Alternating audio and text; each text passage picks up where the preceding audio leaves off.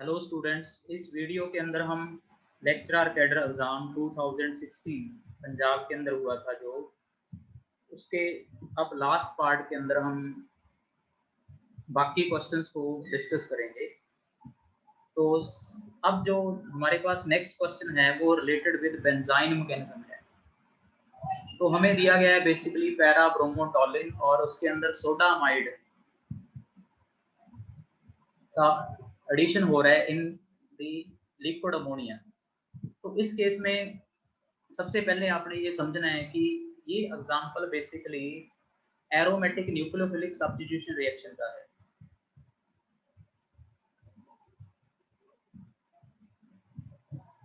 क्योंकि आपका attacking nucleophile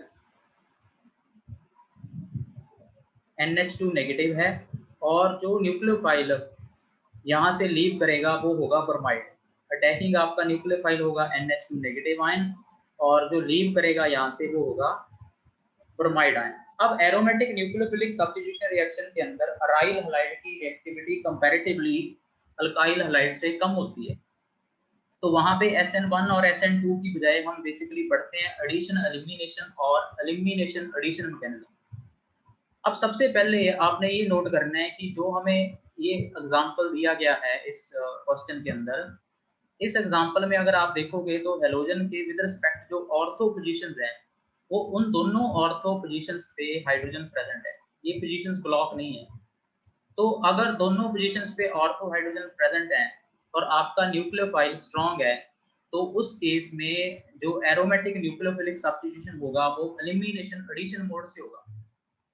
अगर आपके केस में ये ऑर्थो और पैरा पोजीशंस पे इलेक्ट्रॉन विड्रॉइंग ग्रुप प्रेजेंट होते, आपका अटैकिंग न्यूक्लियोफाइल स्ट्रांग होता चाहे वीक, तो उस केस में एडिशन एलिमिनेशन मैकेनिज्म फॉलो होता है।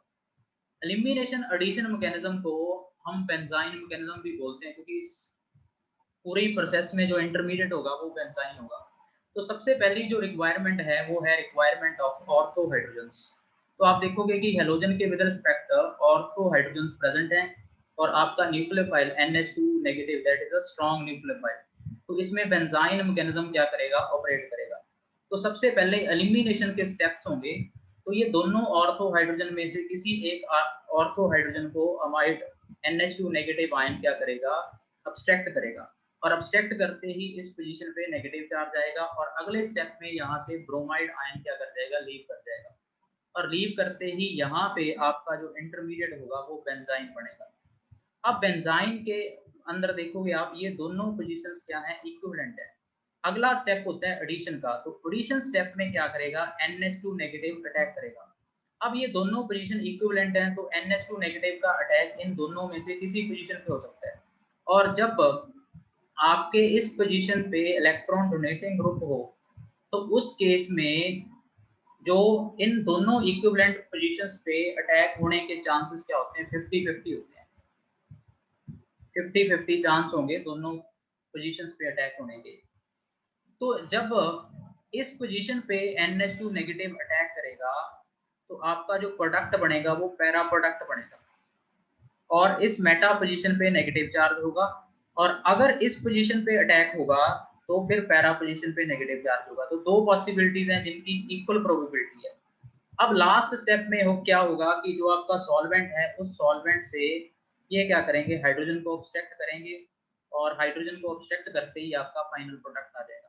तो आपके पास दो प्रोडक्ट मिलेंगे, एक जिसमें जहां से ब्रोमीन लीव किया है वहीं पे NH2 ग्रुप ने अटैक करके प्रोडक्ट बनाया है, इसे हम बोलते हैं साइन प्रोडक्ट। और दूसरा जो प्रोडक्ट मिलेगा जिसमें उसकी नेबरिंग पोजीशन पे NH2 ग्रुप अटैच हो रहा है। तो दोनों की इस केस में क्या होगी, इक्वल प्रोबेबिलिटी होगी, 1:1 रेशियो में ये क्या बनेगा, प्रोडक्ट बनेगा। ठीक है। अगर इलेक्ट्रॉन विड्रॉइंग ग्रुप होता फिर केस अलग था, बट अपने केस में इलेक्ट्रॉन डोनेटिंग ग्रुप है तो इस केस में जो इनकी प्रोडक्ट की रेशियो रहेगी वो 1:1 रहेगी।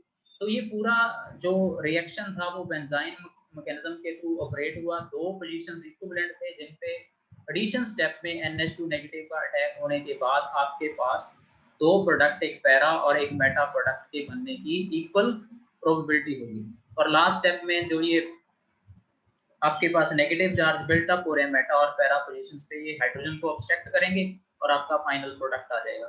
तो इस केस में जो आपका क्वेश्चन था, इसमें जो हमारा प्रोडक्ट बनेगा वो पैरा प्रोडक्ट भी बनेगा और मेटा भी बनेगा और दोनों की इक्वल प्रोबेबिलिटी होगी। तो इसीलिए आपका जो आंसर आएगा इस केस में वो सी आएगा, that is the 1:1 mixture of A and B. तो ये था question related with the aromatic nucleophilic substitution और इसमें स्पेशली बेंजाइन मैकेनिज्म क्या हुआ है, ऑपरेट हुआ है। उसके बाद जो क्वेश्चन है 129, उसके अंदर आपको पूछा गया है कि इथाइलिन ग्लाइकोल को अगर हम पर आयोडिक एसिड के साथ ट्रीट करें तो फाइनल प्रोडक्ट क्या होगा। सबसे पहले आपने ये नोट करना है कि जो डायोल्स होते हैं, उन डायोल्स के अंदर अगर हम पर आयोडिक एसिड और लेड टेट्रा एसिडेट ऐड करें तो उन केसेस में ऑक्सीडेटिव क्लीवेज होती है और उस ऑक्सीडेटिव क्लीवेज से हमें मेनली एल्डिहाइड और कीटोन एज ए प्रोडक्ट मिलते हैं। तो उस ऑक्सीडेटिव क्लीवेज के अंदर क्या होगा, जो विसिनल पोजीशंस पे OH ग्रुप प्रेजेंट होंगे वहां पे कार्बन कार्बन बॉन्ड की क्या होगी, क्लीवेज होगी। कार्बन कार्बन बॉन्ड की क्लीवेज के साथ साथ जो फ्रेगमेंट बनेंगे उनकी ऑक्सीडेशन होगी, इसीलिए हम इसे बोलते हैं ऑक्सीडेटिव क्लीवेज। और इसके लिए दो स्पेशल केस हैं, एक है पर आयोडिक एसिड का और दूसरा है लेड टेट्रा एसिडेट का। तो इथाइलिन ग्लाइकोल में जब पर आयोडिक एसिड ऐड करेंगे तो कार्बन कार्बन बॉन्ड की क्लीवेज के बाद जो आपके ये दो फ्रेगमेंट हैं, इन फ्रेगमेंट से क्या बनेगा, आपके पास दो मॉलिक्यूल बनेंगे इसके फॉर्मेल्डिहाइड के ऑक्सीडेशन होने के बाद, और HiO4 चेंज हो जाएगा HiO3 में। तो इथाइलिन ग्लाइकोल जब पर आयोडिक एसिड के साथ ऑक्सीडेटिव क्लीवेज शो करेगा तो आपका फाइनल प्रोडक्ट होगा फॉर्मेल्डिहाइड। ये ऑक्सीडेटिव क्लीवेज का केस था। उसके बाद जो नेक्स्ट क्वेश्चन है, उस क्वेश्चन में पूछा गया है कि अगर आप प्राइमरी अल्कोहल को एल्डिहाइड में चेंज करना चाहते हो और same number of carbon atom हो उसमें, तो उसके लिए मोस्ट सूटेबल रेजेंट कौन सा है। सबसे पहले आप नोट करोगे कि जब भी हम प्राइमरी अल्कोहल को ऑक्सीडाइज करेंगे तो उस ऑक्सीडेशन में जो बॉन्ड ब्रेकेज होंगे वो एक ऑक्सीजन हाइड्रोजन बॉन्ड ब्रेक होगा और एक कार्बन हाइड्रोजन बॉन्ड ब्रेक होगा। तो पहले स्टेप में प्राइमरी अल्कोहल से आपका जो प्रोडक्ट होगा एल्डिहाइड होगा और दूसरे स्टेज में ऑक्सीजन का इंसर्शन होगा, क्योंकि aldehydes are easy to oxidise as compare to ketone. तो इंसर्शन के बाद आपका फाइनल प्रोडक्ट होगा carboxylic acid with the same number of carbon atoms. अब आपको जो इस केस में चार रिजल्ट दिए गए हैं उनमें से एसिडिक KMnO4 जो है वो पावरफुल ऑक्सीडाइजिंग एजेंट है। ये बेसिकली पावरफुल ऑक्सीडाइजिंग एजेंट के केस में आता है, 5 नेसेंट ऑक्सीजन रिलीज होते हैं इस केस में। और बेसिक KMnO4 भी स्ट्रॉन्ग ऑक्सीडाइजिंग एजेंट है जिसके केस में 3 नेसेंट ऑक्सीजन रिलीज होते हैं। CrO3 क्रोमियम ऑक्साइड भी स्ट्रॉन्ग ऑक्सीडाइजिंग एजेंट है। तो इन तीनों केसेस में A, B और D केस में आपकी रिएक्शन एल्डिहाइड वाले स्टेप पे नहीं रुकेगी, स्टॉप नहीं होगी। यहाँ पे एल्डिहाइड फर्दर कन्वर्ट हो जाएंगे किसके अंदर, कार्बोक्सिलिक एसिड के अंदर। तो एल्डिहाइड तक इस रिएक्शन को स्टॉप करने के लिए आपका जो रिएजेंट होना चाहिए वो कंपैरेटिवली क्या होना चाहिए, वीक ऑक्सीडाइजिंग एजेंट होना चाहिए। और इसके लिए हमारे पास कई सारे ऑप्शंस हैं, जैसे कि PCC पिरिडीनियम क्लोरोक्रोमेट और जॉन्स रेजेंट, इसी तरीके से PDC पिरिडीनियम डाइक्रोमेट। तो इस तरीके के जो रेजेंट्स हैं जो वीक ऑक्सीडाइजिंग एजेंट हैं वो प्राइमरी अल्कोहल की ऑक्सीडेशन को क्या करेंगे, एल्डिहाइड वाले स्टेप तक ही क्या कर देंगे, रोक देंगे। फर्दर कार्बोक्सिलिक एसिड में उनकी कन्वर्जन नहीं होगी। तो सबसे सूटेबल जो इन चारों में से रेजेंट रहेगा प्राइमरी अल्कोहल को एल्डिहाइड में बदलने के लिए वो रहेगा पिरिडीनियम क्लोरोक्रोमेट, दैट इज PCC। तो इसकी हेल्प से हम क्या कर सकते हैं, प्राइमरी अल्कोहल को एल्डिहाइड में चेंज कर सकते हैं। उसके बाद जो नेक्स्ट क्वेश्चन है दैट इज अगर आइसोप्रोपाइल बेंजीन को एयर में ऑक्सीडेशन करने के बाद डाइल्यूट एसिड के साथ ट्रीट किया जाए तो फाइनल प्रोडक्ट पूछा गया है। आइसोप्रोपाइल बेंजीन बेसिकली क्यूमीन है, कॉमनली हम उसे क्यूमीन कहते हैं। और इस क्यूमीन को अगर एरियल ऑक्सीडेशन करें तो ऑक्सीजन कार्बन हाइड्रोजन बॉन्ड में इंसर्ट हो जाएगा और उस इंसर्शन से आपके पास बनेगा क्यूमीन हाइड्रोपेरोक्साइड। और अगर हम इसे डिल्यूट H2SO4 के साथ ट्रीट करेंगे तो कार्बोकटाइन बनने के बाद इसमें फिनाइल शिफ्ट होती है और फिनाइल शिफ्ट के बाद आपका जो फाइनल प्रोडक्ट होगा वो होगा फिनोल और एसीटोन। तो ये कन्वर्जन है एक क्यूमीन टू फिनोल, उससे रिलेटेड क्वेश्चन था। तो आपका जो फाइनल प्रोडक्ट होगा वो होगा फिनोल और एसीटोन। मैं सिंपली अगर आपको बताऊं तो ये फिनाइल शिफ्ट होने के बाद यहाँ से आपका एक पार्ट से कीटोन आ जाएगा और दूसरे पार्ट से फिनोल आ जाएगा। एक्चुअली मैकेनिज्म ऐसा नहीं होगा, ठीक है, बट आप यहाँ से प्रेडिक्ट कर सकते हो। ठीक है, फिनाइल शिफ्ट जरूर इसके अंदर होगी और आपका जो फाइनल प्रोडक्ट होगा वो होगा फिनोल और एसीटोन। तो ये क्यूमीन टू फिनोल की कन्वर्जन से रिलेटेड क्वेश्चन था। इसमें साइड प्रोडक्ट है एसीटोन और जो मेन प्रोडक्ट है आपका वो है फिनोल। तो इस क्वेश्चन का आपका आंसर होगा option D, that is phenol. उसके बाद जो नेक्स्ट क्वेश्चन है वो रिलेटेड है विद हाइड्रोबोरेशन ऑक्सीडेशन रिएक्शन। तो अनसिमेट्रिकल अल्कीन की जब हाइड्रोबोरेशन ऑक्सीडेशन करते हैं, हम बोरेन ऐड कर रहे हैं BH3 या डाइबोरेन आपको यहाँ पे दिया हो सकता है, उसके बाद उसमें एक्वस NaOH ऐड हो रहा है। तो इस रिएक्शन में जो प्रोडक्ट बनता है आपका, वो आपने एक पॉइंट यहाँ पे नोट करना है कि हाइड्रोबोरेशन ऑक्सीडेशन को आप इक्विवेलेंट मान सकते हो किसके, addition of water according to the anti Markovnikov rule. मैं मैकेनिज्म पे नहीं जा रहा, बट आप इस क्वेश्चन को कैसे सॉल्व कर सकते हो आपने ये पॉइंट नोट करना है। अल्कीन में जब भी वाटर ऐड होता है तो मार्कोनिक रूल के अकॉर्डिंग ऐड होता है जब अल्कीन की हम हाइड्रेशन करते हैं। इसमें आपने तीन बातें नोट करनी है। अगर आपके पास अल्कीन हो, अल्कीन की आप वाटर के साथ हाइड्रेशन कर दो इन दी प्रेजेंस ऑफ एसिड, तो आपका जो अल्कोहल बनेगा वो अल्कोहल बनेगा मार्कोनिक एडिशन के अकॉर्डिंग। अगर आप इस अल्कीन की हाइड्रोबोरेशन ऑक्सीडेशन कर रहे हो तो उस केस में आपको अल्कोहल मिलेगा जो वो मिलेगा एंटी मार्कोनिक रूल के अकॉर्डिंग। और अगर आप इसकी ऑक्सी मर्क्यूरेशन डीमर्क्यूरेशन कर रहे हो तो उस केस में आपको जो अल्कोहल मिलेगा वो मिलेगा मार्कोनिक रूल के अकॉर्डिंग। मैं मैकेनिज्म पे नहीं जा रहा, मैकेनिज्म एक्चुअली डिफरेंट केस रहेगा, बट हम ये देखेंगे कि प्रोडक्ट आपने कैसे आइडेंटिफाई करना है। तो अल्कीन से अल्कोहल बनाने के आपके तीन वेज हैं, hydration of alkyne, hydroboration oxidation और ऑक्सी मर्क्यूरेशन डीमर्क्यूरेशन। तो तीनों में से सिर्फ हाइड्रोबोरेशन ऑक्सीडेशन ऐसा केस है जिसमें जो अल्कीन से अल्कोहल बनेगा वो according to the anti Markovnikov rule होगा। वो इक्विवेलेंट होगा ऐसे केस के जिसमें हम अल्कीन में वाटर ऐड कर रहे हैं, बट वाटर किस वे से ऐड हो रहा है, एंटी मार्कोनिक रूल से ऐड हो रहा है। अगर आप ऑक्सी मर्क्यूरेशन डीमर्क्यूरेशन करोगे तो मार्कोनिक एडिशन ऑफ वाटर होगा अल्कीन के अंदर।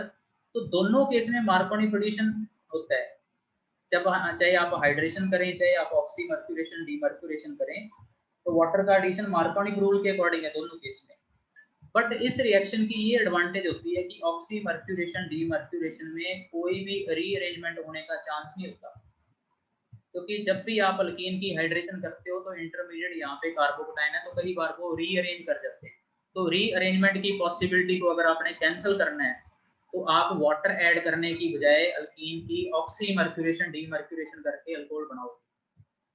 ठीक है, तो ये तीन केस हैं जिनसे हम अल्कीन को अल्कोहल में कन्वर्ट कर सकते हैं। हाइड्रोबोरेशन ऑक्सीडेशन में जो प्रोडक्ट बनेगा वो anti Markovnikov addition of water होगा अल्कोहल के अंदर। तो इस ट्रिक से आप इस क्वेश्चन को सॉल्व करोगे।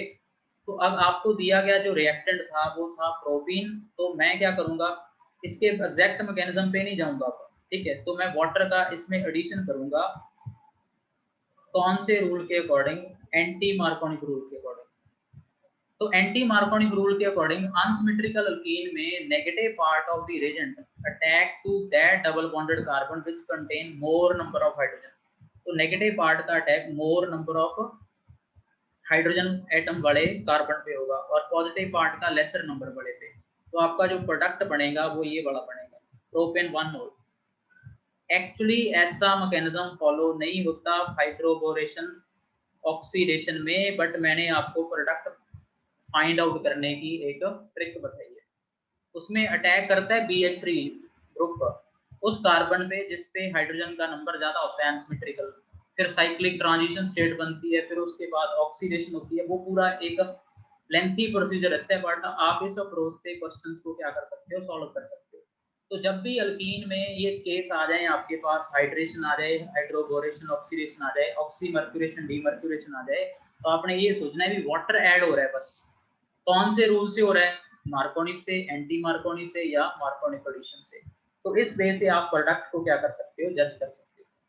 इसके बाद क्वेश्चन जो है नेक्स्ट, तो इस केस में आपका जो आंसर है वो ऑप्शन ए है, प्रोपेन 1 मोल। नेक्स्ट आपको जो क्वेश्चन पूछा गया है कि what will be the product obtained by the Grignard reagent when added to the formaldehydes. और जो ग्रिग्नार्ड रिएजेंट आपको दिया गया है वो इथाइल मैग्नीशियम ब्रोमाइड है, और उसके बाद एसिडिक हाइड्रोलिसिस दी गई है। अब आपने नोट करना है, जब भी ग्रिग्नार्ड रिएजेंट ऐड होगा एल्डिहाइड या कीटोन में, तो आपको अल्कोहल मिलेंगे। अगर आपका एल्डिहाइड फॉर्मेल्डिहाइड हुआ तो आपको मिलेगा प्राइमरी अल्कोहल। अगर अदर देन फॉर्मेल्डिहाइड हुआ तो उस केस में सेकेंडरी अल्कोहल। अगर कीटोन हुए तो टर्शरी अल्कोहल। ये तीन बातें आप कार्बोनिल कंपाउंड्स के बारे में नोट करोगे। तो हम फॉर्मेल्डिहाइड में ग्रिग्नार्ड एजेंट को ऐड कर रहे हैं, तो ग्रिग्नार्ड एजेंट का जो R ग्रुप होगा वो न्यूक्लियोफिलिक अटैक करेगा कार्बोनिल कार्बन पे, और अटैक होने के बाद आपके पास ये वाला केस होगा। और जब हम इसकी एसिडिक हाइड्रोलिसिस कर देंगे, तो एसिडिक हाइड्रोलिसिस करने के बाद आपको फाइनल जो अल्कोहल मिलेगा वो मिलेगा CH2 C2H5 CH2OH प्लस आपके पास होगा MgOH Br। तो ग्रिग्नार्ड एजेंट का पहले स्टेप में न्यूक्लियोफिलिक अटैक हुआ कार्बोनिल कार्बन पे, उसके बाद हमने उसकी एसिडिक हाइड्रोलिसिस कर दी, तो आपको एंड में जो प्रोडक्ट मिला वो मिला प्राइमरी अल्कोहल। तो प्राइमरी अल्कोहल में 3 कार्बन है, तो ये है आपका प्रोपेन 1 मोल। सेकेंडरी अल्कोहल आपको नहीं मिलेगा। सेकेंडरी अल्कोहल तब मिलता अगर आपके पास यहाँ पे फॉर्मेल्डिहाइड की बजाय एस्टेल्डिहाइड होता, या और टर्शरी अल्कोहल तब मिलता जब आपकी कीटोन के साथ रिएक्शन होती। तो इस केस में हमारा जो करेक्ट आंसर रहेगा वो रहेगा ऑप्शन ए, प्राइमरी अल्कोहल मिलेगा, क्योंकि रिएक्शन फॉर्मेल्डिहाइड के साथ थी। ठीक है, इथेनॉल भी प्राइमरी टाइप का अल्कोहल है, बट आपको पता है भी ग्रिग्नार्ड एजेंट जो आपको दिया गया उसमें ऑलरेडी 2 कार्बन है और एक फॉर्मेल्डिहाइड का है, तो आपका जो अल्कोहल होगा वो 3 कार्बन वाला होगा, दैट इज प्रोपेन 1 मोल। तो इस अप्रोच से आपने इस क्वेश्चन को सॉल्व करना था। उसके बाद जो नेक्स्ट क्वेश्चन है that is related with the Lucas test. हमें पूछा गया है कि इन सभी कंपाउंड में से कौन सा एनहाइड्रस ZnCl2 और HCl के मिक्सचर के साथ सबसे फास्ट रिएक्ट करेगा। एनहाइड्रस ZnCl2 और HCl के मिक्सचर को हम बोलते हैं लुकास रिएजेंट। तो जब भी हम किसी भी अल्कोहल के सैंपल के अंदर क्या करते हैं भी HX ऐड करते हैं, हाइड्रोजन हैलाइड ऐड करते हैं, तो H पॉजिटिव का अटैक होता है फर्स्ट स्टेप में, और अटैक होने के बाद कार्बोकटाइन जनरेट होता है, और कार्बोकटाइन पे फिर हैलाइड आयन अटैक करता है, तो आपका फाइनल प्रोडक्ट होता है अल्काइल हैलाइड। तो इस पूरे रिएक्शन की रिएक्टिविटी को कंट्रोल करता है स्टेबिलिटी ऑफ कार्बोकटाइन। जितना कार्बोकटाइन ज्यादा स्टेबल होगा उतना ही रिएक्शन क्या होगा, फास्ट होगा। तो आपको पता है कि कार्बोकटाइन की स्टेबिलिटी का ऑर्डर पहले टर्शरी कार्बोकटाइन है, फिर सेकेंडरी, फिर प्राइमरी, और उसके बाद मिथाइल कार्बोकटाइन। तो इस ऑर्डर में आपके अल्कोहल रिएक्ट करेंगे, सबसे फास्ट होगा टर्शरी अल्कोहल की रिएक्शन। तो टर्शरी अल्कोहल इमीडिएटली जब आप लुकास रिएजेंट ऐड करोगे इमीडिएटली टर्पिड सॉल्यूशन दे देंगे। टर्पिड सॉल्यूशन क्यों देंगे, क्योंकि अल्काइल हैलाइड वाटर के अंदर ऑलमोस्ट इनसॉल्युबल होते हैं। सेकेंडरी अल्कोहल आपको टर्बिडिटी देंगे बट विद इन 5 मिनट्स देंगे, और प्राइमरी अल्कोहल रूम टेम्परेचर पे कोई टर्बिडिटी नहीं देंगे, ओनली ऑन हीटिंग देंगे। तो इस बेस पे आप प्रेडिक्ट करते हो कि कौन सा अल्कोहल प्राइमरी है, कौन सा सेकेंडरी और कौन सा टर्शरी। तो सबसे फास्ट रिएक्ट करते हैं टर्शरी अल्कोहल। अब आपको जो अल्कोहल इथेनॉल दे रखा है ये प्राइमरी है, ये दोनों आइसो ब्यूटेनॉल और प्रोपेनॉल सेकेंडरी अल्कोहल हैं। जो ट्राई मिथाइल कार्बेनॉल दे रखा है ये बेसिकली आपका टर्शरी अल्कोहल है। तो ये अल्कोहल आपका सबसे फास्ट रिएक्ट करेगा। कार्बेनॉल कॉमन नेमिंग के अंदर अल्कोहल के लिए यूज होता है। तो ट्राई मिथाइल कार्बेनॉल मतलब टर्शरी ब्यूटाइल अल्कोहल है जो कि वो सबसे फास्ट रिएक्ट करेगा इस केस में। तो इस केस में आपका जो करेक्ट आंसर होगा that will be the option A. उसके बाद जो नेक्स्ट क्वेश्चन है वो है कि इन सभी में से कौन सा फास्ट SN2 मैकेनिज्म में रिएक्ट करेगा इथेनॉल के साथ। आपको पहले केस में दिया गया है पैरा नाइट्रोबेंजाइल ब्रोमाइड, दूसरे केस में दिया गया है पैरा क्लोरोबेंजाइल क्लोराइड, और तीसरे केस में पैरा मिथाइल बेंजाइल क्लोराइड, और चौथे केस में पैरा मेथॉक्सी बेंजाइल ब्रोमाइड। तो आप देखोगे ये ग्रुप तो सभी में ऑलमोस्ट सेम है। पैरा पोजीशन पे ग्रुप्स का नेचर बदल रहा है, और जब भी इथेनॉल के साथ रिएक्शन होगी तो Br यहाँ से लीव करेगा और इथेनॉल का न्यूक्लियोफिलिक अटैक होगा। तो यहाँ पे आपका जो स्पीशीज जनरेट होगा इन सभी में, उसमें कुछ ना कुछ इस बेंजाइल कार्बोकेटाइन टाइप क्या होगा, करैक्टर होगा। तो आपने नोट करना है कि अगर मैं इस पैरा पोजीशन के ग्रुप को X मान लूं, ठीक है, तो X ग्रुप अगर इस कार्बोकेटाइन को स्टेबलाइज करेगा तभी रिएक्शन फास्ट होगा, अदरवाइज रिएक्शन क्या होगा, स्लो होगा। और आपको पता है कि इलेक्ट्रॉन डोनेटिंग ग्रुप ही कार्बोकेटाइन को क्या करेगा, स्टेबलाइज करेगा। तो आपने ये नोट करना है इस केस में कि जितना पैरा पोजीशन का ग्रुप इलेक्ट्रॉन डोनेटिंग पावर बड़ा होगा उतनी ही रिएक्शन इस केस में फास्ट होगी। तो पहले केस में आपको नाइट्रो ग्रुप दिया गया है जिसका इंडक्टिव इफेक्ट भी -I है और रेजोनेंस इफेक्ट भी -R है। तो इलेक्ट्रॉन विड्रॉइंग ग्रुप है, ये बेंजाइल कार्बोकेटाइन को डिस्टेबलाइज करेगा।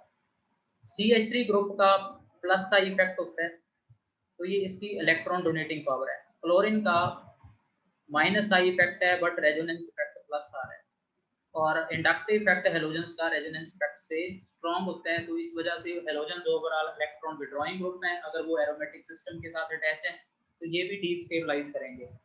अब जो OCH3 ग्रुप है उसका इंडक्टिव इफेक्ट नेगेटिव है बट रेजोनेंस इफेक्ट उसका पॉजिटिव है। बट रेजोनेंस इफेक्ट क्या होता है, स्ट्रॉन्गर होता है इंडक्टिव इफेक्ट से। इट मींस ये क्या है, ओवरऑल इलेक्ट्रॉन डोनेटिंग ग्रुप है, और ये मिथाइल ग्रुप से comparatively more electron donating power वाला है। तो इन चारों ग्रुप्स में आप देखोगे मेथॉक्सी ग्रुप ऐसा है जो क्या है, इलेक्ट्रॉन डोनेटिंग पावर रख के बेंजाइल कार्बोकेटाइन को क्या करेगा, स्टेबलाइज करेगा। तो इस केस में रिएक्टिविटी क्या आनी चाहिए, सबसे ज्यादा आनी चाहिए। तो डी ऑप्शन इसका करेक्ट होगा। जो आंसर की थी उसमें इसका ए ऑप्शन दिया गया था, बट मेरे ओपिनियन में इसका जो करेक्ट आंसर है that will be option D, क्योंकि methoxy group electron donating group है, वही बेंजाइल कार्बोकेटाइन को सबसे ज्यादा क्या करेगा, स्टेबलाइज करेगा। तो इस केस में करेक्ट आंसर आना चाहिए पैरा मेथॉक्सी बेंजाइल ब्रोमाइड। उसके बाद जो नेक्स्ट क्वेश्चन है हमारे पास, इसमें हमें दिया गया है कि इन चार कंपाउंड्स को बेसिसिटी के ऑर्डर में अरेंज करो। अब आपने इसमें दो अप्रोच लगा सकते हो। एक अप्रोच तो ये है कि जिस केस में इलेक्ट्रॉन डेंसिटी मैक्सिमम होगी नाइट्रोजन एटम पे, वो सबसे ज्यादा बेसिक होगा। एक तो ये अप्रोच है, और ये सबसे बेस्ट अप्रोच होती है जब भी आपने किसी कंपाउंड का बेसिक करैक्टर बताना है। तो जितनी इलेक्ट्रॉन डेंसिटी मैक्सिमम होगी उतना ही बेसिक करैक्टर क्या होगा, ज्यादा होगा, क्योंकि जितनी इलेक्ट्रॉन डेंसिटी मैक्सिमम होती है उतनी ही इलेक्ट्रॉन डोनेट करने की पावर भी गिवन कंपाउंड की ज्यादा होगी। दूसरा, आप उसके कंजुगेट एसिड की स्टेबिलिटी को चेक कर सकते हो और उसके बेस पे आप डिसाइड कर सकते हो। बट मैं इसको सॉल्व करूंगा with the help of electron density concept. तो सबसे पहले आप जो आपको फर्स्ट मॉलिक्यूल गिवन है उसके केस में अगर आप जाओगे तो इस केस में डबल बॉन्डेड NH ग्रुप है, यहाँ पे NH ग्रुप, और NH2 ग्रुप का इलेक्ट्रॉन डोनेटिंग इफेक्ट होता है। तब ये इलेक्ट्रॉन जब डोनेट करेगा तो डीलोकलाइजेशन के बाद आपके जो डबल बॉन्डेड नाइट्रोजन था उस नाइट्रोजन पे क्या होगा, नेगेटिव चार्ज होगा, और इसके पास दो लॉन पेयर होंगे, और इस नाइट्रोजन का लॉन पेयर क्या हो गया, डीलोकलाइज हो गया। तो इस नाइट्रोजन का लॉन पेयर तो अब अवेलेबल नहीं है शेयरिंग के लिए, बट ये बड़ा लॉन पेयर्स क्या हैं, इलेक्ट्रॉन शेयरिंग के लिए क्या है, अवेलेबल है। तो इस केस में एक नाइट्रोजन पे इलेक्ट्रॉन डेंसिटी क्या कर गई, बढ़ गई। उसके बाद जो आपके अमाइंस हैं ये बड़े दो, इन दोनों में एक प्राइमरी अमाइन है और एक है सेकेंडरी अमाइन। ठीक है। तो इन केस में जो ग्रुप है वो इथाइल ग्रुप है जो इलेक्ट्रॉन डोनेट करके नाइट्रोजन पे इलेक्ट्रॉन डेंसिटी बढ़ाएगा, बट यहाँ पे कंजुगेटेड सिस्टम होने के कारण रेजोनेंस इफेक्ट ऑपरेट किया, और NH2 ग्रुप का रेजोनेंस इफेक्ट क्या होता है, स्ट्रॉन्ग होता है। बट जहां पे जो इलेक्ट्रॉन डेंसिटी इंक्रीज होगी वो इंक्रीज होगी by the plus sign effect of ethyl group. और उसके बाद ये वाला सेकेंडरी अमाइन का केस है जिसमें इलेक्ट्रॉन डेंसिटी अगेन दो मिथाइल ग्रुप्स के कारण क्या होगी,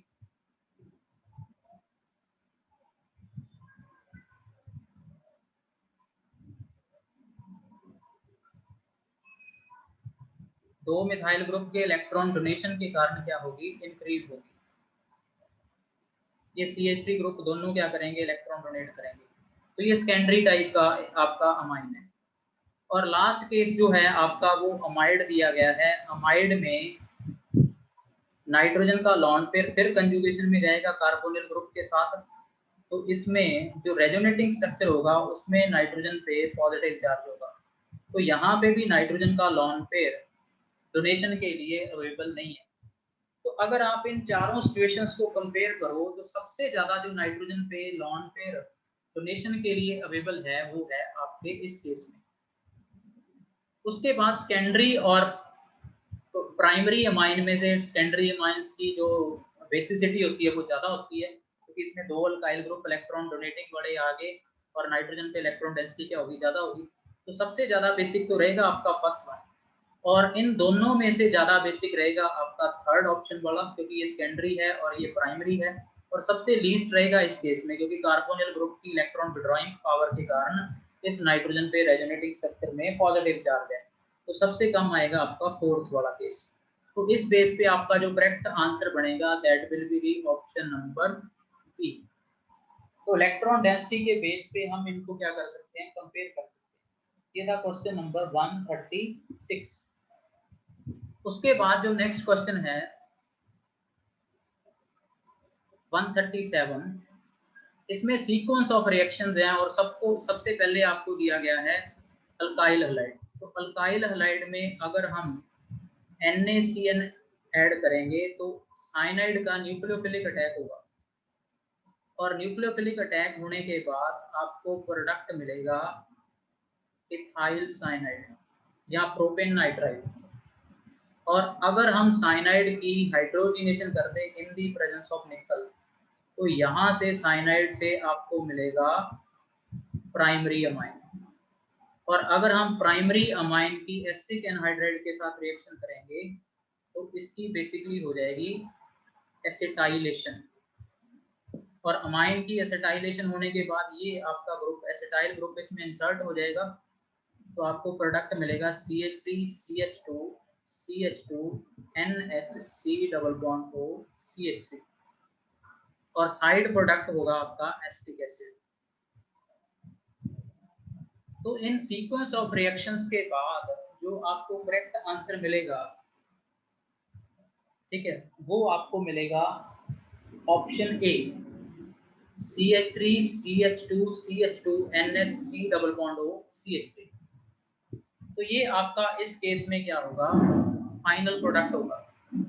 तो सीक्वेंस ऑफ रिएक्शंस के बाद पहले स्टेप में आपका साइनाइड बना, साइनाइड से अमाइन, और अमाइन की हमने क्या कर दी, एसिटाइलेशन कर दी। तो ये आपका फाइनल प्रोडक्ट होगा इस केस में। अब उसके बाद जो नेक्स्ट क्वेश्चन है आपका वो है कार्बाइल अमाइन टेस्ट से, जहाँ जिसको हम बोल देते हैं आइसोसाइनाइड टेस्ट। तो ये पूछा गया है कि इसमें जो स्मेल आएगी कार्बाइल अमाइन रिएक्शन में वो किसकी वजह से आती है। तो आपने ये नोट करना है कि जब भी हम प्राइमरी अमाइंस को, चाहे वो एलिफेटिक हो और एरोमेटिक होना चाहिए, जैसे एनिलीन है या इथाइल अमाइन है, जब भी हम उसे क्लोरोफॉर्म के साथ अल्कोहलिक QH की प्रेजेंस में ट्रीट करते हैं तो आपका कंपाउंड बनता है आइसोसाइनाइड, और इस आइसोसाइनाइड की ही अनप्लीजेंट स्मेल होती है। और इस अनप्लीजेंट स्मेल से ही कार्बाइल अमाइन टेस्ट के थ्रू हम प्राइमरी अमाइंस को टेस्ट कर सकते हैं। तो जो इथाइल अमाइन है या एनिलीन है, तो जब वो कार्बाइल अमाइन रिएक्शन शो करते हैं तो उस रिएक्शन में वो प्रोडक्ट बनाते हैं आइसोसाइनाइड, और आइसोसाइनाइड्स की क्या होती है, अनप्लीजेंट स्मेल होती है। तो स्मेल आने का कारण अनप्लीजेंट का होता है फॉर्मेशन ऑफ आइसोसाइनाइड्स। तो इन आइसोसाइनाइड से हम प्राइमरी अमाइंस को डिटेक्ट कर सकते हैं, चाहे वो प्राइमरी एलिफेटिक हैं चाहे आपके प्राइमरी एरोमेटिक हैं। तो इस केस में आपका जो करेक्ट आंसर होगा that will be the option C, that is the formation of isocyanides. उसके बाद क्वेश्चन नंबर 139 में आपको दिया गया है बेसिकली मेटा क्रीसोल, जिसके अंदर कंसंट्रेटेड नाइट्रिक एसिड ऐड करके नाइट्रेशन की जा रही है। तो इस केस में हमें पूछा गया है कि थर्ड सब्स्टिट्यूएंट कहाँ पे ऐड होगा। तो आपने नोट करना है कि OH ग्रुप भी इलेक्ट्रॉन डोनेटिंग ग्रुप है, क्योंकि इसका रेजोनेंस इफेक्ट इंडक्टिव इफेक्ट से स्ट्रांग होता है, और CH3 ग्रुप भी इलेक्ट्रॉन डोनेटिंग ग्रुप है। बट OH ग्रुप क्या है, मोर एक्टिवेटिंग ग्रुप है। तो मोर एक्टिवेटिंग ग्रुप ही डिसाइड करेगा कि कहाँ पे थर्ड ग्रुप क्या होगा, इंसर्ट होगा। तो जो थर्ड ग्रुप की इंसर्शन होगी वो OH ग्रुप के विद रिस्पेक्ट होगी, और हमें पता है कि OH ग्रुप क्या होता है, ऑर्थो पैरा डायरेक्टिंग ग्रुप है, क्योंकि इसका रेजोनेंस इफेक्ट पॉजिटिव है। तो यहाँ पे आपके दो ऑर्थो पोजीशन है जहाँ पे नाइट NO2 पॉजिटिव का अटैक हो सकता है, और एक आपके पैरा पोजीशन है। तो जो NO2 ग्रुप पे इंसर्ट होगा third electrophilic aromatic substitution reaction के थ्रू, इन दोनों ऑर्थो में और एक पैरा पोजीशन पे अटैक कर सकता है। बट इस ऑर्थो पोजीशन पे स्टीरिक हिंड्रेंस होगी मिथाइल ग्रुप के कारण, तो ये वाली पोजीशन पे NO2 ग्रुप अटैक करना क्या करेगा, प्रेफर करेगा। तो यहाँ पे एक तो NO2 ग्रुप सब्स्टिट्यूशन करेगा और एक करेगा पैरा पोजीशन पे। तो जो आपका फाइनल प्रोडक्ट होगा वो होगा ऑप्शन सी। तो मेटाक्रीसोल की नाइट्रेशन के बाद जो फाइनल प्रोडक्ट होगा this will be the option C. OH group के विद रिस्पेक्ट डिसाइड होगा, क्योंकि OH group is more activating group than methyl group. तो मोर एक्टिवेटिंग ग्रुप डिसाइड करता है कि थर्ड सब्स्टिट्यूएंट कहाँ पे आके एंटर करेगा। तो इस बेस पे आपका जो करेक्ट आंसर बनेगा वो बनेगा ऑप्शन सी। ऑर्थो पोजीशंस और पैरा पे अटैक होना था, बट इस ऑर्थो पोजीशन पे ज्यादा अटैक प्रेफरेबल है, क्योंकि यहाँ पे स्टीरिक हिंड्रेंस क्या है, कम है। उसके बाद जो नेक्स्ट क्वेश्चन है हमारे पास, वो पूछा गया था कि अगर किसी प्रोटीन में हम डाइल्यूट कॉपर सल्फेट या क्यूप्रिक सल्फेट ऐड करें, वायलेट कलर आ रहा है, तो कौन सा ये टेस्ट है। बेसिकली ये बायरेट टेस्ट है। बायरेट टेस्ट में क्या करते हैं, बेसिकली हम कॉपर सल्फेट अल्केलाइन मीडियम के अंदर प्रोटीन में ऐड करते हैं, और अगर आपके पास रेड या वायलेट कलर अपीयर हो जाए तो ये प्रोटीन को कंफर्म कर देता है या पेप्टाइड को कंफर्म कर देता है। दूसरा आपको दिया गया था Benedict solution. Benedict solution basically test करने के लिए यूज होते हैं ग्लूकोज फ्रक्टोज को, जो कि फैलिंग सॉल्यूशन भी टेस्ट देते हैं और बेनेडिक्ट टेस्ट भी देते हैं। मिलन्स जो टेस्ट है, मिलन्स टेस्ट भी प्रोटीन को डिटेक्ट करने के लिए यूज होता है, बट स्पेशली जिनमें फिनोलिक अमीनो एसिड होता है। और जब हम मिलन्स रिएजेंट ऐड करते हैं तो वहां पे हमें वाइट पीपीडीज मिलते हैं।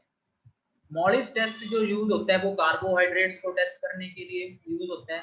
इसमें हम अल्फा नेप्थोल ऐड करते हैं अल्कोहलिक सॉल्यूशन की फॉर्म के अंदर, और कंसंट्रेटेड H2SO4 के साथ जब हम उनको ट्रीट करते हैं तो हमें एक वायलेट रिंग मिलती है। तो इस क्वेश्चन में आपको वायलेट कलर पूछा गया था कि प्रोटीन में ऐड करने के बाद आ रहा है, कौन सा टेस्ट है। तो आपका करेक्ट ऑप्शन है ऑप्शन ए बायरूट टेस्ट। बेनेडिक्ट से शुगर डिटेक्ट होते हैं, मिलन से प्रोटीन की डिटेक्शन होती है बट जिनमें फिनोलिक अमीनो एसिड्स हो, और मॉलिस टेस्ट होता है स्पेशली कार्बोहाइड्रेट्स के लिए। तो इस केस में आपका करेक्ट आंसर होगा ऑप्शन ए। उसके बाद क्वेश्चन नंबर 141 बहुत इजी था कि आरएनए डीएनए से किस बेस पे डिफरेंट है। तो पहली बात तो इनमें शुगर का डिफरेंस होता है। शुगर जो है आरएनए में वो राइबोस शुगर है, जबकि डीएनए में 5 मेंबर्ड रिंग वाला शुगर ही होता है, बट उसमें डीऑक्सी राइबोस शुगर होता है डीएनए के अंदर। दूसरा बेस में फर्क होता है। जो नाइट्रोजनस बेस होते हैं डीएनए के अंदर वो होते हैं एडेनिन, ग्वानिन, थायामिन और साइटोसिन। यूरासिल एब्सेंट होता है।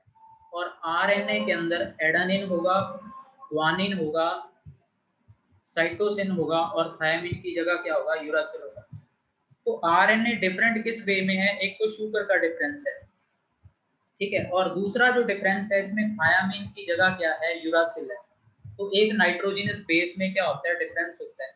तो इस डिफरेंस के बेस पे देखोगे, एक तो राइबोज शुगर का डिफरेंस है और दूसरा यूरासिल का डिफरेंस है किससे, डीएनए से। इस केस में हमारा जो करेक्ट आंसर होगा that will be the option B. Question number 142 है वो बेसिकली विटामिन की डेफिनेशन पे क्वेश्चन था कि ऐसे कौन से सब्सटेंस है जो ह्यूमन बॉडी प्रोड्यूस नहीं कर सकती। तो ह्यूमन बॉडी को अपनी प्रॉपर ग्रोथ को मेंटेन रखने के लिए जो डाइट में रेगुलरली बाहर से सप्लाई लेने पड़ते हैं वो कौन है, विटामिन है। विटामिन जैसे सब्सटेंस है जो बॉडी प्रोड्यूस नहीं कर सकती, इसको हम रेगुलरली डाइट की फॉर्म में लेते हैं ताकि बॉडी प्रॉपरली ग्रोथ करे। और उनकी डेफिशिएंसी से आपको पता है कि डिफरेंट टाइप के डिजीज पॉसिबल हो सकते हैं। तो ह्यूमन बॉडी जो प्रोड्यूस नहीं कर सकती वो क्या है, विटामिन है। उसके बाद जो नेक्स्ट क्वेश्चन है 143, वो पूछा गया ग्लूकोज के बारे में। जो एनोमेरिक टर्म है वो ग्लूकोज के अंदर किस कार्बन से जुड़ी हुई टर्म है। सबसे पहले अगर मैं ग्लूकोज का यहाँ पे स्ट्रक्चर ड्रॉ करूँ हैबर्थ प्रोजेक्शन फार्मूला की फॉर्म में, तो फर्स्ट कार्बन जो होगा ग्लूकोज का वो एनोमेरिक कार्बन है ग्लूकोज के केस में, फर्स्ट कार्बन ग्लूकोज में। और फ्रक्टोज का सेकंड कार्बन क्या होता है, एनोमेरिक होता है फ्रक्टोज के केस में। ग्लूकोज के केस में फर्स्ट कार्बन एनोमेरिक है, फ्रक्टोज के केस में सेकंड कार्बन है। तो जो एनोमर्स होते हैं, एनोमर ग्लूकोज में फर्स्ट कार्बन पे कॉन्फ़िगरेशन में क्या होता है, डिफरेंस होता है। तो एक तो आपके पास अल्फा फॉर्म होती है और एक होती है बीटा फॉर्म। तो वहां पे आपने OH और H की पोजीशन विद रिस्पेक्ट देखना होता है कि कौन सा अल्फा एनोमर है और कौन सा बीटा एनोमर है। तो जो एनोमर टर्म है ग्लूकोज के केस में वो आइसोमर्स बनते हैं ग्लूकोज के, जिनका डिफरेंस कॉन्फ़िगरेशन में कौन सी कार्बन पे होता है, कार्बन नंबर 1 के ऊपर। तो एनोमर्स वो आइसोमर्स होंगे जिनकी कॉन्फ़िगरेशन में डिफरेंस होगा कार्बन नंबर 1 पे ग्लूकोज के केस में, फ्रक्टोज के केस में कार्बन नंबर 2 पे। एक होते हैं एपीमर्स। एपीमर्स में जो कॉन्फ़िगरेशन में डिफरेंस होता है वो अदर देन एनोमेरिक कार्बन होता है। तो वो कार्बन 2 हो सकता है, 3 हो सकता है, 4 हो सकता है ग्लूकोज के केस में।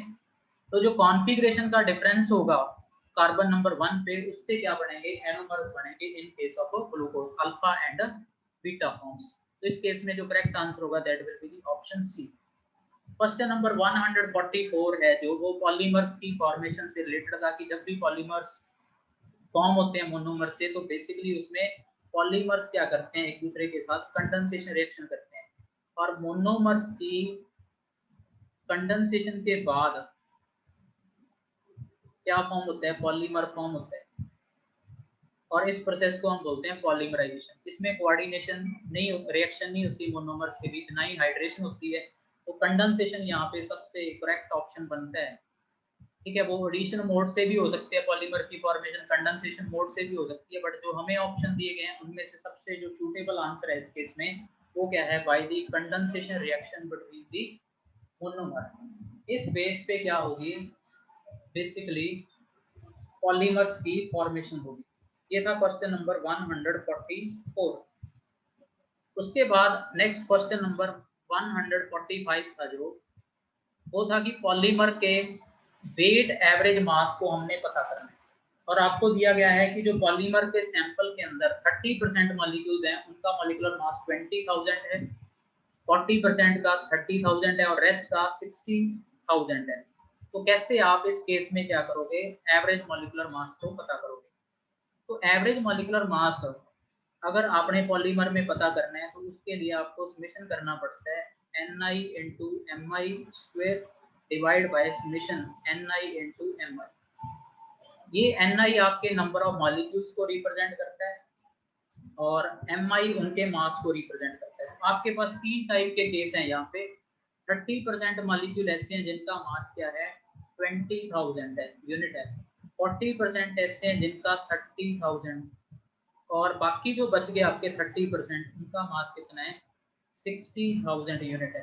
तो इस बेस पे अगर हम इस फार्मूले में सब्स्टिट्यूट करें अब, तो पहले आपके 30% आगे और एक उनका जो मास है वो 20,000 यूनिट है, तो उसका स्क्वायर हो जाएगा, प्लस दूसरे टाइप के हैं जो वो 40% है और उनका मास 30,000 यूनिट है, उसका स्क्वायर हो जाएगा, प्लस 30% बाकी बच गए उनका 60,000 है, उसका स्क्वायर हो जाएगा और डिवाइड बाय हर एक टाइप के जो मॉलिक्यूल्स हैं उनके नंबर को उनके मास से मल्टीप्लाई करके हम ऐड कर देंगे। तो जब ये आप करोगे और इस पूरे फैक्टर को सॉल्व करोगे आप, तो सॉल्व करने के बाद जो आपको आंसर मिलेगा वो मिलेगा 4333। तो इस पॉलीमर का जो वेट एवरेज मॉलिक्यूलर मास होगा वो होगा 4333 यूनिट्स। तो वेट एवरेज मास पता करने के लिए आपने नंबर ऑफ मॉलिक्यूल जो गिवन टाइप के हैं उनके मॉलिक्यूलर मास के स्क्वायर से मल्टीप्लाई करके सभी टाइप के सॉल्यूशन करने थे, और उसके बाद डिनोमिनेटर में टाइप्स ऑफ मॉलिक्यूल थे जो उनका number multiplied by there masses. तो इसको सॉल्व करने के बाद आपके पास वेट एवरेज मास आएगा और वो आएगा 4333 यूनिट्स। तो ये था क्वेश्चन नंबर 145 जो वेट एवरेज मॉलिक्यूलर मास से रिलेटेड था।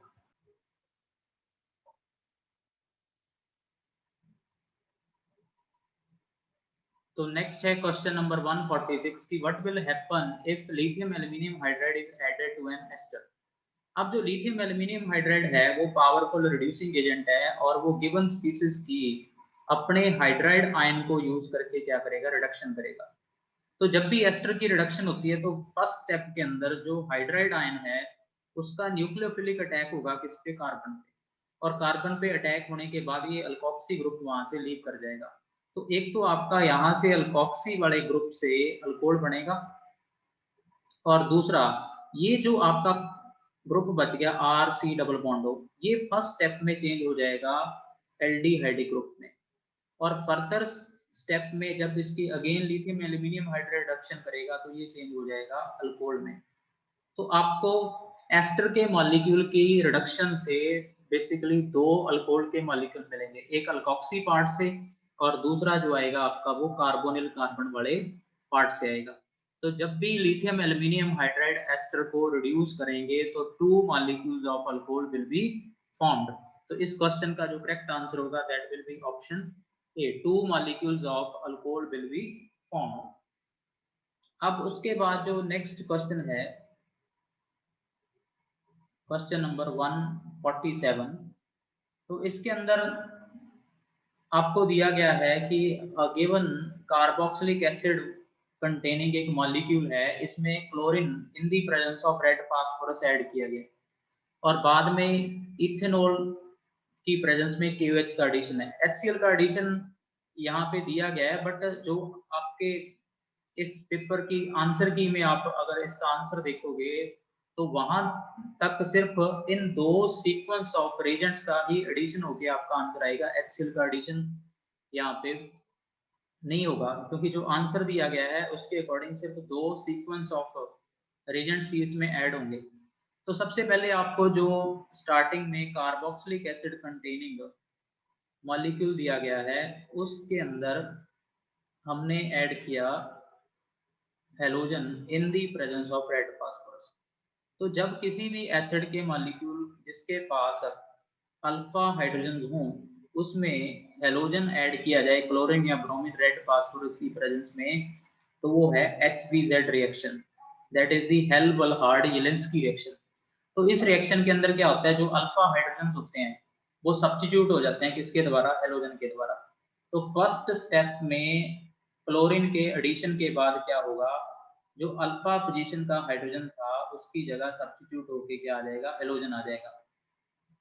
और सेकंड स्टेप में क्या ऐड हो रहा है, सेकंड स्टेप में ऐड हो रहा है KOH in the presence of ethanol. तो अल्कोहलिक KOH करेगा यहाँ पे बीटा एलिमिनेशन, और बीटा एलिमिनेशन होने के बाद जो आपका प्रोडक्ट बनेगा वो प्रोडक्ट क्या बनेगा, ये वाली पोजीशन पे बीटा हाइड्रोजन है और यहाँ से हेलोजन क्या करेगा, मूव करेगा, और अल्फा और बीटा के बीच क्या फॉर्म हो जाएगा, पाई बॉन्ड फॉर्म हो जाएगा। तो यहाँ पे अनसेचुरेशन आ जाएगा अल्फा और बीटा पोजीशन के बीच, और उसके बाद आपका है COOH ग्रुप। तो ये आपका alpha beta unsaturated type acid बनेगा। तो इस वे से अगर आपने दो सीक्वेंस ऑफ रिएजेंट्स ये वाले ऐड किए तो फाइनल प्रोडक्ट आपका होगा ऑप्शन सी। तो ये था क्वेश्चन नंबर 47 जिसके अंदर दो बेसिक कंसेप्ट इन्वॉल्व थे, एक था HBZ रिएक्शन और दूसरा था बीटा एलिमिनेशन। उसके बाद है नेक्स्ट क्वेश्चन नंबर 148 की ऑर्थोटॉलिक एसिड अगर हम उसकी ब्रोमिनेशन करें इन दी प्रेजेंस ऑफ आयरन तो क्या प्रोडक्ट होगा। तो इस केस में अगर आप देखोगे तो हमारे पास ऑर्थोटॉलिक एसिड है,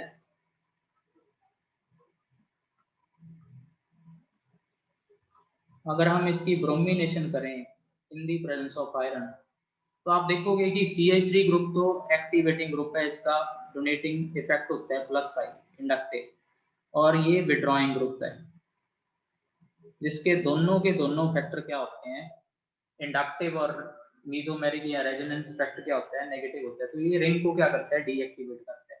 तो मोस्टली एक्टिवेटिंग ग्रुप ही क्या करेगा, डिसाइड करेगा कि थर्ड सब्स्टिट्यूएंट कहाँ पे एंटर करेगा। बट इसमें आप दोनों वे से चेक कर सकते हो, methyl group ortho para directing है, ये वाली ऑर्थो पोजीशन तो ब्लॉक है, ठीक है, और पैरा पोजीशन पे सब्स्टिट्यूशन हो सकता है। और यही पोजीशन अगर आप देखोगे COH के मेटा पोजीशन के विद रिस्पेक्ट भी है, मेटा पोजीशन भी है, और COH ग्रुप क्या होता है, मेटा डायरेक्टिंग होता है। तो सबसे ज्यादा सूटेबल जो थर्ड सब्स्टिट्यूएंट के एंट्री के लिए पोजीशन है वो CH3 के विद रिस्पेक्ट ये वाली पोजीशन पैरा है। तो जब भी ब्रोमिनेशन करेंगे तो जो थर्ड सब्स्टिट्यूएंट इंटर होगा वो इंटर होगा CH3 के विद रिस्पेक्ट पैरा पोजीशन पे और कार्बोक्सिलिक ग्रुप के मेटा पोजीशन पे। तो इस केस में आपका जो करेक्ट आंसर होगा that will be the option C. उसके बाद जो क्वेश्चन नंबर 149 है वो IR स्पेक्ट्रोस्कोपी से रिलेटेड है, और आपको कहा गया है कि एक कंपाउंड शार्प बैंड दे रहा है 3300 पर सेंटीमीटर पे और एक है 2150 पर सेंटीमीटर पे। तो इनमें से ये कौन सा कंपाउंड है। तो पहला आपका जो ऑप्शन बनता है वो है ब्यूट 1 आइन, दूसरा है ब्यूट 2 आइन।